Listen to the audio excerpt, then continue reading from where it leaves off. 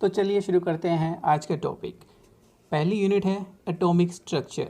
ये यूनिट आपको different universities के सिलेबस में मिल जाएगी, जैसे Delhi university, Maharshi Dayanand university, डीकरस university. उसके इस फर्स्ट सेमेस्टर के सिलेबस में आपको ये टॉपिक एक यूनिट मिल जाएगी। इस यूनिट में पहला टॉपिक है बोहर थ्योरी। नील्स बोहर एक साइंटिस्ट थे जिन्होंने 1913 में एटम का स्ट्रक्चर दिया था। उन्होंने कुछ पोस्टुलेट दिए थे अपनी थ्योरी में। पोस्टुलेट नंबर 1 कहते हैं कि जो एटम है वो कंसिस्ट करता है एक पॉजिटिव चार्ज न्यूक्लियस का, जो कि रिस्पॉन्सिबल होता है पूरे मास के एटम के लिए।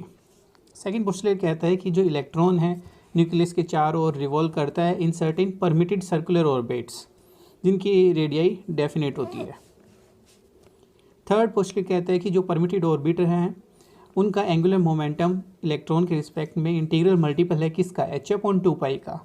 L denote the angular momentum is equal to integral multiple n denotes the principal quantum number in which the electron is revolving, and n dot h/2π, here h is Planck constant. Angular momentum is can also be written as L is equal to m cross v cross r. M is the mass, v is the velocity, r is the radii. Fourth postulate states that कि कोई भी electron जब भी इन permitted orbits में revolve करेगा तो कोई भी एनर्जी वो रेडिएट नहीं करेंगे। ऐसी ऑर्बिट्स को हम क्या कहते हैं, स्टेशनरी और नॉन रेडिएटिव ऑर्बिट्स। एक फिफ्थ पॉइंट है वो ये कि जब भी हमारी ग्राउंड स्टेट से एक्साइटेड स्टेट में इलेक्ट्रॉन जाएगा तो वो एनर्जी एब्जॉर्ब करेगा, एनर्जी को एब्जॉर्ब करेगा। एक्साइटेड स्टेट से ग्राउंड स्टेट में आएगा तो एनर्जी को एमिट करेगा, जिसको हम फॉर्मूले के टर्म्स में लिख सकते हैं delta E is equal to E F minus E I. E F denote the excited state energy in final state, E I denote the energy in initial state, ground state, and this is known as Bohr frequency condition. Bohr frequency condition. अब हम Bohr radius को drive करते हैं किसके लिए, for H atom, hydrogen atom के लिए। तो हम सबसे पहले क्या करते हैं, लेट अस कंसीडर न्यूक्लियस जिस पे पॉजिटिव चार्ज है प्लस Ze, इलेक्ट्रॉन पे है नेगेटिव चार्ज। इलेक्ट्रॉन न्यूक्लियस के चारों ओर रिवॉल्व कर रहा है जिससे विद वेलोसिटी v, और जिसकी रेडियस है r। अब इलेक्ट्रॉन है और पॉजिटिव चार्ज है, मतलब नेगेटिव और पॉजिटिव चार्ज है, तो इलेक्ट्रोस्टैटिक फोर्स एक्सपीरियंस होएगा, जो कि हमने उसमें 11th क्लास में पढ़ा है, जिसको हम डिनोट करते हैं force electrostatic equal to 1/4π epsilon naught Ze²/r²। अब इलेक्ट्रॉन इसके चारों ओर घूम रहा है न्यूक्लियस के, तो जब सर्कुलर मोशन आता है तब हम सेंट्रीपिटल और सेंट्रीफ्यूगल फोर्स पढ़ते हैं। बट यहाँ इलेक्ट्रॉन अपनी पोजीशन पे हेल्ड है तो सेंट्रीपिटल फोर्स की वजह से, जो कि गिवन है F is equal to mv²/r। अब ये दोनों फोर्स इलेक्ट्रॉन के उससे एक्सपीरियंस हो रहे हैं तो दोनों को इक्वेट कर देते हैं 1/4π epsilon naught Ze²/r² is equal to mv²/r। यहाँ से हम किसकी वैल्यू निकाल लेते हैं, mv² की।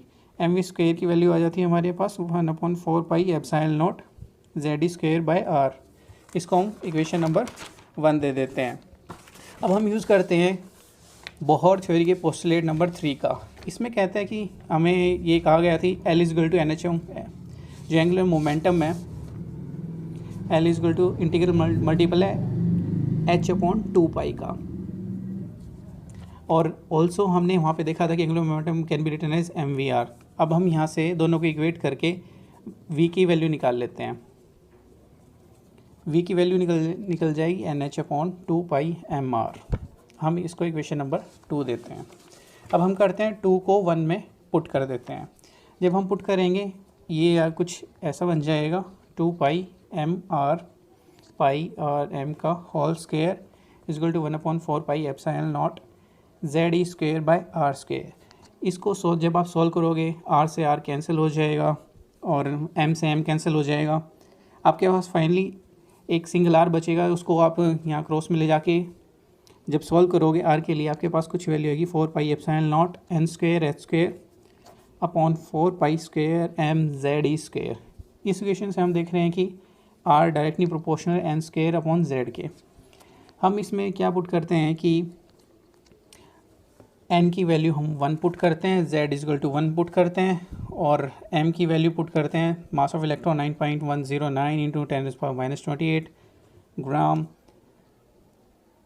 H equal to Planck constant हम इसकी वैल्यू पुट करते हैं 6.625 इंटू 10⁻27 अर्ग पर सेकेंड। इलेक्ट्रॉन के चार्ज 4.803 इंटू 10⁻10 ESU। एंड अगर हम यहाँ उसकी बात कर रहे हैं, हाइड्रोजन एटम के लिए बात कर रहे हैं, क्योंकि जो इसका रेडियस है जो ये पहली ही ऑर्बिट है, तो R1 को हम यहाँ पे पुट कर रहे हैं R1 इजल टू A0। जब आप ये सॉल्व करोगे तो A0 यानी R रेडियस फॉर हाइड्रोजन के लिए निकल के आएगी equal to 0.529 angstrom. For general निकालते हैं तो Rn के लिए क्या बनेगा 0.529। हम देखा था यहाँ पे ये डायरेक्टली प्रोपोर्शनल इसके है एन स्क्वायर अपॉन जेड। ये आपके पास जनरल टर्म आ गई। अब हम बात करते हैं v। अब हम v की वैल्यू निकालते हैं, तो क्या करें कि जो हमने ये वैल्यू निकाली है, हम r की वैल्यू इन इक्वेशन 2 में पुट कर देते हैं। जो ये r की वैल्यू है ना, इसको इक्वेशन नंबर 2 में पुट कर देते हैं। सॉरी, यहाँ r भी आएगा, इसको करेक्ट कर लेना, 2πm r की वैल्यू इक्वेशन नंबर 2 में पुट कर देते हैं, जो बन जाएगी v equal to NH upon 2πm 4π² m z² upon 4πε0 n square h square. जब आप इसे सॉल्व करोगे तो आपके पास आ जाएगा 1/4πε0 2π z² अपॉन NH। अब हम इसको क्या करते हैं, मल्टीप्लाई एंड डिवाइड क्या करते हैं, multiply and divide by c, where c is the speed of light. दोनों तरफ से मल्टीप्लाई और डिवाइड कर देते हैं। तो हम इसको थोड़ा सा रीअरेंज करके लिखते हैं 4πε0 2π z² अपॉन n की जगह मैं c लिख देता हूँ, c इंटू एच इंटू यहाँ पे c अपॉन n। अब आप देखो कि ये सारी टर्म कांस्टेंट है। जब हम इसे सॉल्व करते हैं, इसकी वैल्यू आती है 1/137 into c/n। For n equal to 1 v equal to c upon 137। मतलब जब फर्स्ट ऑर्बिट में जो हमारा इलेक्ट्रॉन है n इजल टू 1 की वैल्यू के लिए, जब यहाँ इलेक्ट्रॉन की स्पीड है वो कितनी होगी, c अपॉन 137, मतलब स्पीड ऑफ लाइट के 137 अपॉन टाइम्स मीटर पर सेकेंड में। फॉर जनरल टर्म्स की बात कर रहे हैं, अगर ओवरऑल निकालना हो तो c upon 137 into z/n। z यहाँ पे mass of that particular atom, जिसके लिए भी हम निकालने की कंसीडर कर रहे हैं, ये z उसका मास है और ये मीटर पर सेकंड में। अब हम बात करते हैं एनर्जी ऑफ इलेक्ट्रॉन की एनर्जी निकालने के लिए। Energy of electron, total energy जो हमारी होती है, हमें पता है sum of kinetic energy plus potential energy. Kinetic energy का हमें फॉर्मूला पता है, half mv² for electron minus, अब जो पोटेंशियल एनर्जी है इलेक्ट्रॉन के लिए वो हमारे पास है z² अपॉन 4πε0। नेगेटिव साइन इसलिए क्योंकि हमारा क्या है, negative sign due to attraction हो रही है, रिपल्शन होती तो यहाँ पे पॉजिटिव आता। अब mv² की वैल्यू हमने यहाँ पे निकाली थी, mv² की वैल्यू को हम यहाँ पुट करेंगे, putting mv² value using equation 1 को यूज़ करके हम इसमें पुट करेंगे तो हमारे पास एनर्जी की वैल्यू आ जाएगी, सॉल्व करेंगे तब 4πε0 z²/2r। हम इसको इक्वेशन नंबर 3 दे देते हैं। अब ये एनर्जी की इक्वेशन आ गई है, यहाँ पे हम इसमें putting r equal to ε0, r की वैल्यू पुट कर देते हैं जो हमने यहाँ पे निकाली थी,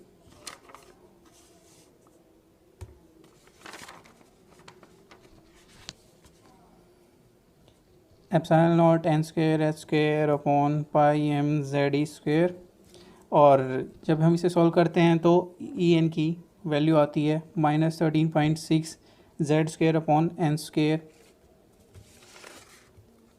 यहाँ पे जब हम पुट करते हैं फॉर n = 1 एंड z = 1, तो हमारे पास एनर्जी आ जाती है 13.6 इलेक्ट्रॉन वोल्ट। ये किसके केस में? हाइड्रोजन के केस में, हाइड्रोजन एटम के केस में एनर्जी है।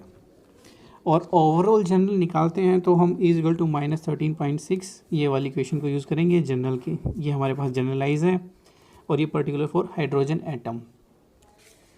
अगर आपको ये टॉपिक को समझने में कोई दिक्कत हुई हो तो मेरे को नीचे कमेंट बॉक्स में बता सकते हैं। मैं इस वीडियो के बाद आने वाली वीडियोस में हर एक सेमेस्टर वाइज, यूनिट वाइज मैं यूनिवर्सिटीज़ के सिलेबस के अकॉर्डिंग नोट्स यहाँ पे देते रहूँगा, क्वेश्चंस भी देते रहूँगा जो पेपर पॉइंट से काफ़ी इंपॉर्टेंट होंगे in future.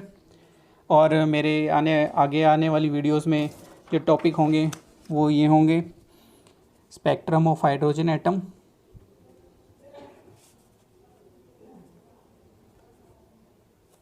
Spectrum of hydrogen atom. उसके बाद मैं आपको थोड़ा पार्टिकल और वेव कैरेक्टर के बारे में बताऊंगा, पार्टिकल एंड वेव कैरेक्टर। और उसके बाद मैं थोड़ा सा आपको uncertainty principle, that is Heisenberg uncertainty principle, उसको मैं एक्सप्लेन करूँगा। साथ में उसके रिगार्डिंग कुछ क्वेश्चंस इसमें डी ब्रोगली वे रिलेशन का यूज़ करेंगे। और उसके बाद हम पहुँच जाएंगे धीरे धीरे क्वांटम केमिस्ट्री की तरफ।